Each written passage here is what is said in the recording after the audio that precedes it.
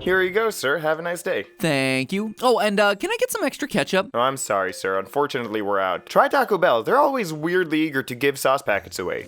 Oh, great. Did someone say sauce packets? No. How many do you want? Oh, doesn't matter. Here's 100, 1,000.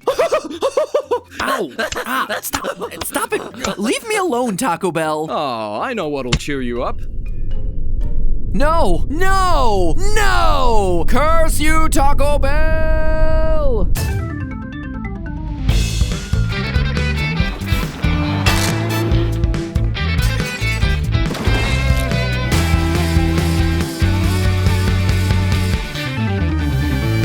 Hello, Internet! Welcome to Food Theory, the show that's been hitting the bottle a bit more than usual this pandemic. Friends, there has been no shortage of shortages this past year. The toilet paper shortage was rough, but we rolled with it. The mask shortage was difficult, but we put on a brave face. Then came the flour shortage, and ultimately, we rose above. But if you thought COVID was done screwing up our supply chains, best brace yourself because the worst one yet is upon us. Theorists, this month's headlines have been screaming it for all to hear. We've got ourselves a ketchup shortage.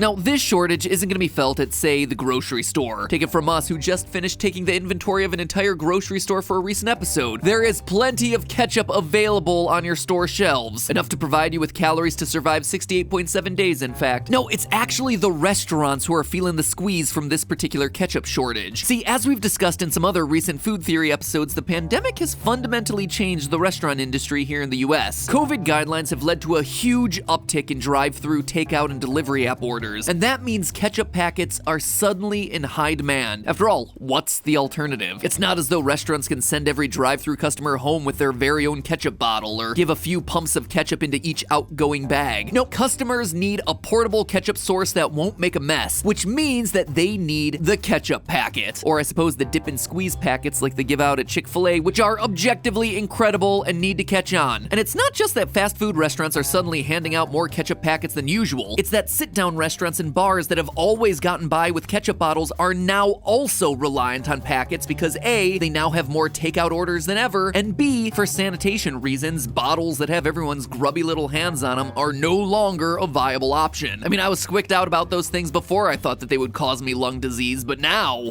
screw that noise. The result, ketchup packet demand in the US is up 300%. So really, we're not dealing with a ketchup shortage so much as we're dealing with a ketchup packet shortage, which admittedly makes for a less punchy headline.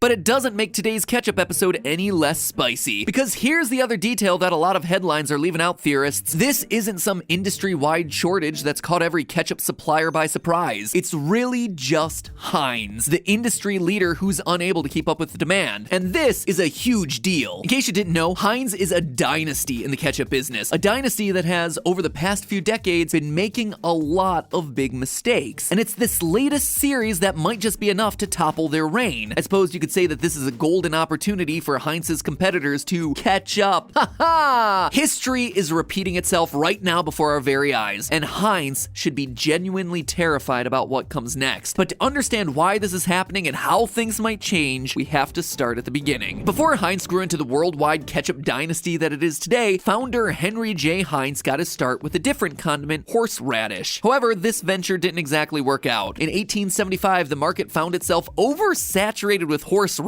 for some reason. In turn, that drove the price down and Heinz into bankruptcy. He was able to bounce back though the following year with his 57 varieties of food products, which included the now famous Heinz tomato ketchup. By the way, that whole 57 varieties that's synonymous with the brand isn't even true. Heinz already had offered more than 60 different products by the time the slogan had been introduced. Apparently, they just liked the number as a catchy marketing gimmick, thinking that the number 7 got people to think of the lucky number 7. Oh, another fun fact here. According to Heinz, if you need to get ketchup out of a glass Heinz tomato ketchup bottle, the absolute best location is to hit on the number 57. I've never tested it if it works. Maybe it's a food theory for another day. The more you know. Now, although the company didn't invent ketchup, tomato ketchup is actually derived from a centuries-old Chinese pickled fish sauce, Heinz is responsible for pretty much every major ketchup-related innovation since Heinz's brand of the stuff made its 1876 debut. The company invented the ketchup packet in 1967. They even invented the K-spell spelling of the word ketchup. Yeah, back in the 1880s, the standard way of spelling it was catsup, but then Heinz decided to spell it more phonetically in order to make their product stand out against the competition, and it worked. In fact, it worked so well that nowadays even the competitors sell it the Heinz way. I mean, just look at that Google Trends spread. It is a blowout, folks. Even Merriam-Webster's dictionary describes catsup as the, quote, less common spelling of ketchup. That is cold, Merriam-Webster. I mean, that's like saying the British version of The Office is the lesser watched version of the American Office. The point is, Heinz is the name in ketchup. They have an 80% market share in Europe and 60% in the US, which is why their relationship with McDonald's is an important one to pay attention to. You see, McDonald's is the name in fries. They are, after all, the best-selling fast food item of all time, and as such, they are a huge customer when it comes to buying ketchup. So it was only natural when these two companies struck up a business relationship. By 1973, 90% of McDonald's ketchup and pickles were being supplied by Heinz. But that year, everything changed when Heinz found itself ill-prepared for, you guessed it, a ketchup shortage. When a poor tomato harvest led to less ketchup production, Heinz prioritized their glass bottle customers instead of their fast food accounts. And when McDonald's realized that Heinz wasn't willing to go the extra mile for them, they bit back, and hard. As the king of fast food, McDonald's is a demanding mistress, and if you don't treat her right, she's gonna find another man to provide her with sauce. I don't know, this analogy went way off base. Anyway, while McDonald's didn't completely break up with Heinz, they did find new ketchup suppliers for practically all of their US restaurants. In fact, the incident led a Heinz executive to joke that written somewhere in the McDonald's training manual, there's the following phrase: never sell Heinz. And thus, McDonald's came to serve the fancy ketchup that most of us know today. Now, quick note about fancy ketchup. Because those words appear prominently on McDonald's ketchup packets, some people mistakenly believe that fancy is a McDonald's brand name, but actually it's a legal classification for grade A ketchup, the highest grade of ketchup given by the USDA. That's right, here in the US, the term fancy is synonymous with grade A, as seen on the label of this other type of ketchup, Member's Mark. Now, Heinz ketchup is also certified grade A and could brand itself fancy, but they choose not to. Seems they're letting the competition have the word fancy to themselves. The point is, McDonald's ketchup and Heinz ketchup are of equal quality, at least as far as the USDA is concerned. Anyway, for 40 years, anything that wasn't fancy at McDonald's was Heinz, but even that limited arrangement would come to a crashing end in 2013, when Bernardo Hess, the former CEO of Burger King, became the new CEO of Heinz. Now, the decision to cut ties with Heinz wasn't some petty move by McDonald's. It had some very good reasons to be wary of this guy. For one thing, it's not as though Bernardo cut ties with Burger King when he took the Heinz job. Despite stepping down as Burger King CEO, he retained his seat on the Burger King board of directors. Furthermore, Hess was also a partner at 3G Capital, an investment firm with ownership in Heinz and controlling interest over Burger King. So basically, McDonald's really had no choice but to dump Heinz, or else they were going to be doing business with the enemy in a very concrete way, which is why McDonald's broke up with Heinz for good in 2013, taking their restaurants in Pittsburgh, Minneapolis, and the rest of the world with them. Now, this is why I say history is repeating itself, theorists. Heinz reacted too slowly and too casually to the 1973 ketchup shortage, and they ultimately lost McDonald's as a result. Now, here we are in 2021, and it looks like the ketchup shortage might be costing them even more of their fast food customers. Texas Roadhouse and Long John Silver's are two chains that have already been forced to seek out new ketchup suppliers. Wendy's also stopped serving Heinz ketchup in recent years, and it's not just the big chains either. According to the owner of Denver's Blake Street Tavern, quote, "It's gotten so bad that when I go to McDonald's or Wendy's, I'll hoard extra packets to bring back to Blake Street." And what really surprises me about this whole thing is that it was avoidable. All Heinz had to do was learn from 1973 and take their clients, these massive fast food brands, seriously. But so far, they haven't done that. Heinz knew about the increased demand for ketchup packets at least 9 months before the shortages hit, yet they dragged their feet and got caught flat-footed, just like they did in the 70s. And their response to the shortage this time around feels lackluster at best. The demand for ketchup packets is up 300%, yet Heinz plans to boost packet production by just 25%. And while they say they're developing, quote, future-focused culinary and packaging innovations like a no-touch ketchup dispenser, it does nothing to solve the real issue, drive-through and takeout. And based on all the research that's available, it looks like that problem is gonna be here to stay. It's almost as though Heinz, the inventor of the ketchup packet, still doesn't appreciate the importance of its own creation. And soon, that very creation could be Heinz's demise.